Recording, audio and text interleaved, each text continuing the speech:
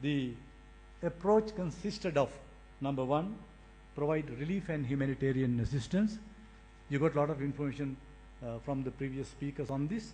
Number two is to restore basic facilities prior to the resettlement, because most of the basic infrastructure were devastated as a result of this ongoing war, and to establish and to immediately set upon a recovery, early recovery process, and finally to develop much needed major infrastructure. These were the approach, these were the elements of the approach that was adopted by the Presidential Task Force. So under this, this approach that was named as Utturu Vasantaya, the spring of the northern province. And one of the major elements of this master plan was to launch an 180-day program to facilitate the immediate resettlement process. So objectives of this 180-day program was to identify the priorities through well-coordinated plans, enlisting the support of line ministries and all the external agencies, the UN system, the INGOs who were working in Sri Lanka, to create a conducive environment before the resettlement took place. Then plan out the different phases of resettlement. Now, challenges, what were the challenges that we had to face in our process of resettlement? Number one was demining. Number two was the restoration of basic facilities.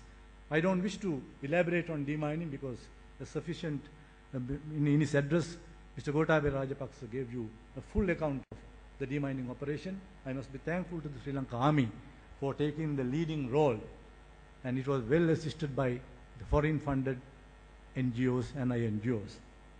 And one of the most difficult tasks, one of the constraints that we had to face, Sri Lanka did not have any machines for demining, so government had to embark upon the procurement of flail machines from other countries at a huge investment, and we had to airlift them, and 19 of such flail machines, we had to airlift them to do the demining process as quickly as possible.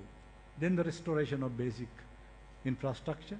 As Mr. Gotabaya Rajapaksa said, we had to appoint teams, separate teams to the district to assess the damage and also find out the funds that are required to do this restoration of basic facilities. There again we had a problem of heavy machinery. We had to import large volume of quantities of machinery from the government of China. We are thankful to the government of China for that generous contribution. And so having done all that, we started the resettlement while the IDPs were in the villages. We took data in respect of all the IDPs as to where they came from, and these particulars were checked, verified by the respective division secretaries and the district secretaries. And the government decided, His Excellency President directive to the PTA was that they must have a better place, they must see a better place when they are resettled. And a resettlement package was planned and designed to cover the most urgent needs of the resettled families. Each and every family was given a resettlement package, which consisted of 1 year dry ration, shelter grant of 25,000 rupees given by UNHCR, land preparation cost of 4,000 per family, the non-food relief items, additional non-food relief items of mosquito nets, jerry cans and etc., hygiene packs, return tool kits, provision of seed paddy, that is for 2 bushels per family for 2 months, for 2 acres, roofing sheets and cement bags. Here, we must be thankful to the Government of India for having provided all necessary quantities of roofing sheets at the rate of 12 numbers per family and also cement bags. Then, the next problem that we had to face was the temporary shelters to be put up for this. And as you know, that was a very critical issue, and no government in the world can guarantee or can provide houses to its citizens. It's a very difficult task. But what was possible and what was done by the government was to support them to put up temporary shelters and subsequently support repairs and construction of semi-permanent houses. Our aim was to develop an economic base of the IDPs from the inception of the resettlement with the hope that enhancing livelihood activities would enable them to put up their own houses. Then the next phase of our program was the early recovery phase. That was to provide them assistance to recommence their economic activities. And we gave them a lot of facilities, particularly for agriculture, home gardening, inland and lagoon fishing, and various other support services for them to immediately start the paddy cultivation. As you know, the northern province, the main source of livelihood of the people is paddy cultivation. So we had to, there were about 180,000 acres of cultivable paddy lands which were not cultivated, they were abandoned, and we took immediate action to clear all this land with the support of the Sri Lanka Army, and at the moment we have been able to almost 98% of such lands have been cleared.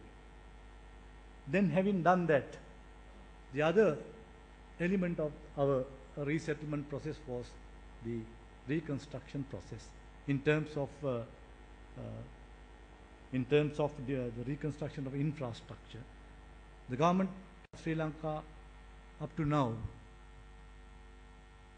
have committed nearly $2.5 billion for this massive investment of, which includes roads, railway, and supply of electricity, supply of water. It includes all social and economic infrastructure. When you talk about the road network, all provincial, national, and rural roads are being rehabilitated, and the total investment is about 75,000 million rupees. And rehabilitation of the railway network, as Secretary of Defense said, the Government of India has given us the necessary finance to this. It's about $650 million, and the 4 lines and 3 lines have almost commenced operation, and all these 3 lines will be completed by 2013. Then next is the power supply. As you know, the 2 districts of the northern province did not have power, the electricity, for almost 30 years. That is Kilinochchi and Mullaitivu. And we took immediate action to restore power supply in Mullaitivu and Kilinochchi district. And at the moment, we have been able to supply them more than 30% of electrification to both these districts. And at a heavy investment of 13.2 billion rupees in our currency. Then the water supply. Jaffna Peninsula particularly has been, the biggest problem that they have is the water. And the government undertook various projects to provide and to develop the water services. And there is a major project under the ADB assistant, that is to relieve water problem in Jaffna district. And there are almost 9 projects that have been implemented to provide water and sanitation to the entire districts of the northern region. Then health. As you know, investment for upgrading health services is massive. It's about almost 10 billion rupees. That includes renovation, reconstruction, and equipment. I have no time to explain you the type of work that we did in respect of all the districts. But of all these social infrastructure, I would say the biggest